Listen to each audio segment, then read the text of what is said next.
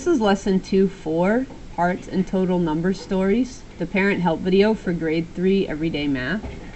We have a few vocabulary words in this story that we're going to be looking at, and the first is a parts and total diagram. So parts and total diagram. This is a parts and total diagram, actually, and a parts and total diagram is used to go with a parts and total number story. So we use these things together. And a parts and total number story is a number story where there is a couple of parts and the total that you would find. So for example, a parts and total number story, a simple story would be, let's zoom out just a little bit. Bill had $40. Ann had $20. How many dollars did they have together? Okay, so this is a simple number story that has parts and will have a total. So when we look at this, we want to say, well, let's see, how can I fill out this parts and total diagram? Well, I can see that Bill has one part of the money. Okay, he has $40, and Ann has another part of the money, because we're looking for how much money is there together.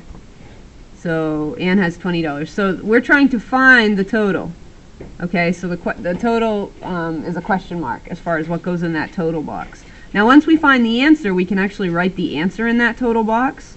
The number model is the way that we're going to figure out the answer. So it's the model that we're going to use to figure out the answer. We're going to do $40 plus $20 equals, okay, and so we know we're going to be adding these two things together to get the answer.